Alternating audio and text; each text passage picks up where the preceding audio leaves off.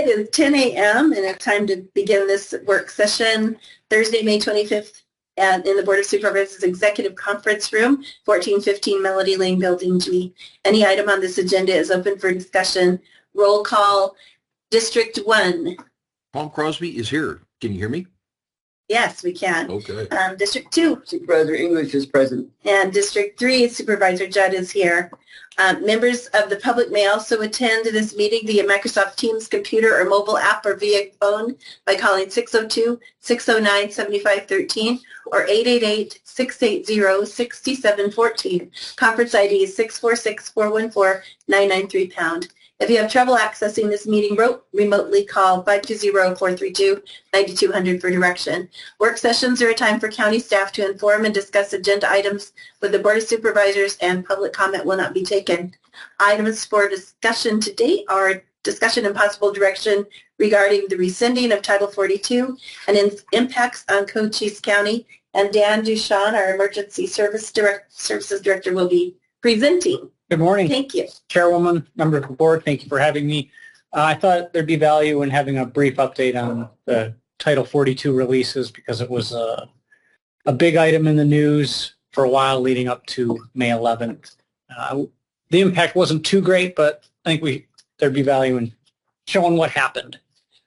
So there on May 8th, Customs and Border Protection, CBP, which is U.S. Customs, the ports, and Border Patrol, started releases in Cochise County. Their projected releases were from 4 locations, Border Patrol via Douglas, via Naco, 200 daily, and the 2 ports of entry in Douglas and Naco, 35 daily and 12 daily. So those were just the projections, and those numbers never came to fruition. That same day, Arizona Department of Emergency and Military Affairs started their transportation mission, which was heard it called the DEMA bus program, where they picked up the individuals and took them to nonprofits in Tucson and Phoenix. And that was 3 days before Title 42 removals actually ended. So the releases started a few days early. The 11th, that Thursday, was the final day of Title 42.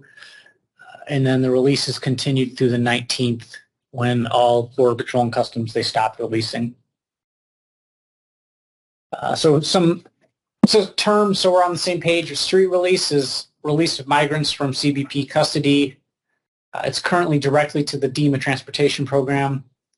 But our real worry was for an unsheltered release, which would mean a release from CBP in a location with no prearranged transportation or shelter. People would be on the street. And luckily that never happened anywhere here in Cochise County. There have been no unsheltered releases in Cochise County, and all the releases were seamless to the DEMA bus transportation, and then up to Tucson nonprofits, and a couple times to Phoenix nonprofits. Some charts and data. You can see it peaked there right before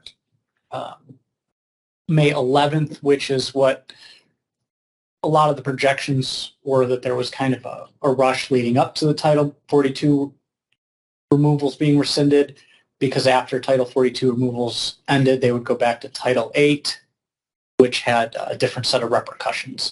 So that did come to fruition, and then over the course of the next week or so, it steadily dropped there. It ended on the 19th. I think the biggest single day was actually the 11th, the last day of Title 42, with about 320. So our total for that 11 days was 2,336 releases, all directly transported by DEMA to nonprofits in Tucson and Phoenix. I do have some appendix data here. This is from Pima County. This is interesting. It goes back just over a year and shows that the whole release concept is not new. People have been being released to Pima County nonprofits for quite some time, and then it did spike there right with the end of Title 42. Lastly, a little bit of data from Customs and Border Protection on the southwest border. Tucson sector was not the busiest. It looked like El Paso sector was the busiest for this fiscal year to date, starting in October 1 with their encounters. So Tucson had about 180,000, I believe that is, but El Paso had 307,000. And there's a little more data on the demographics. So very brief, but in closing, I'd like to say this was a novel thing that had happened from Border Patrol, but those of us that have lived in Cochise County for quite some time know that 200-300 people crossing the border in a day really isn't a new thing. It was just a different type of release and processing that Border Patrol had. Now we're back to settled into the old ways. So Title 8 just took right over seamlessly and works better, maybe. Yes, so For they're the back to the times. Title 8. Yeah. So we're still prepared, though, just in case something were to tick up, you're still on it. And I appreciate that. I've talked to you about that. So Yes, so during that 11 days and even the 6-9 months leading up to it, Cochise County, Pima County, Santa Cruz County, and State Emergency Management have all been preparing for this. And that's why there was no unsheltered releases, because we had the shelter capacity. Pima County stepped up huge and worked with Casa Alitas Welcome Center and opened a second center.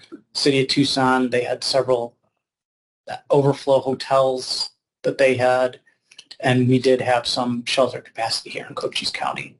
right. So it went very well.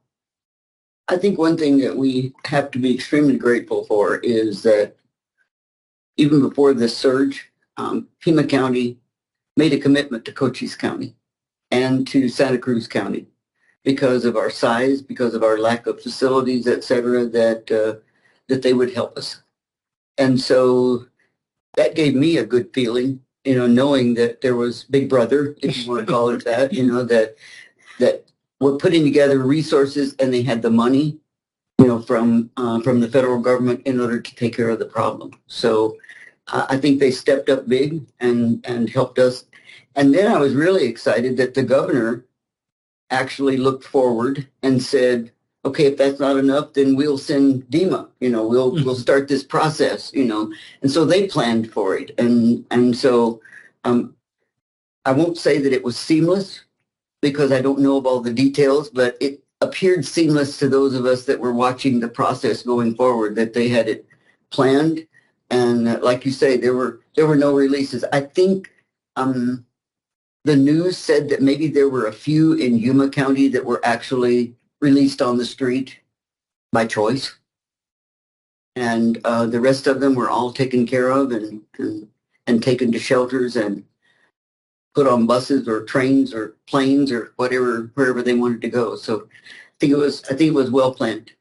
Yes, I'm very thankful to Pima County Emergency Management and administration too for making that commitment to us. Right. That's good.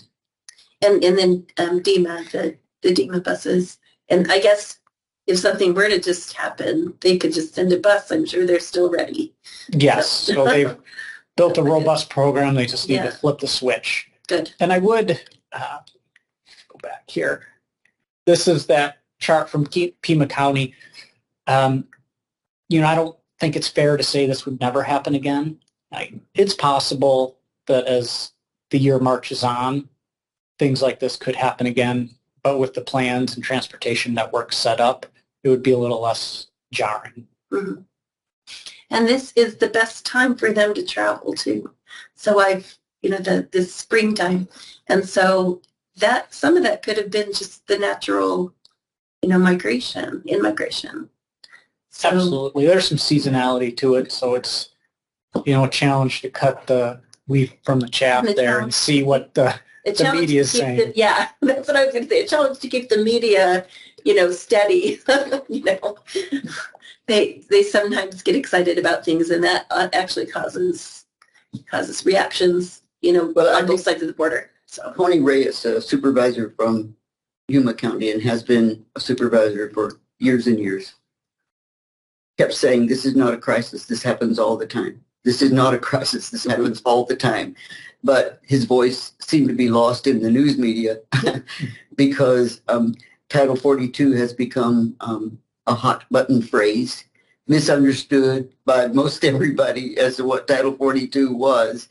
They claimed it to be this, that, and the other thing. And, we have no control over the media, but again, I'm grateful for the planning that was done so that it didn't seem to be a crisis for the public, even though there were people in Sierra Vista that were worried about, oh, we can't have releases here. Like, why would you even think that, you know? But yet they were thinking that, you know, when the media was, you know, bombarding them with ideas of, and they didn't understand the term, you know, street release.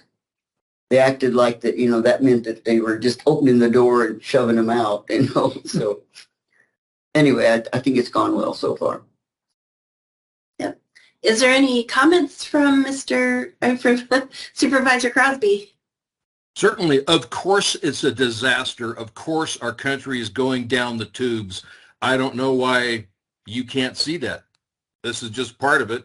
When I was in the Border Patrol, the first amnesty was in 1986. The second amnesty was in 1990. And this is going to be the third and most gigantic amnesty. It's just predictable. It's a big, giant mess. Glad you guys think it's not, but you're deluding yourselves. Thank you. You're welcome. Well, we don't have a say about that general thing that's happening. Actually, in ARS 11-1051, which I've presented to you several times, there is all the state statutes having to do with immigration, which I've been told the sheriff and the county attorney are doing all they can already, but of course, I don't believe that. Okay. And I think and also that really isn't our topic of the meeting right now, but that's okay. We heard you, and we do all have varied opinions on that. So, all right. Well, I think we're done. If there's anyone else that has anything to add at the table, thank you for your report today. Next meeting. The next meeting is at 11 a.m. in this room for a budget work session discussing county fund request, expenses, revenues, and projections for the fiscal year coming up. Okay, now the meeting is adjourned.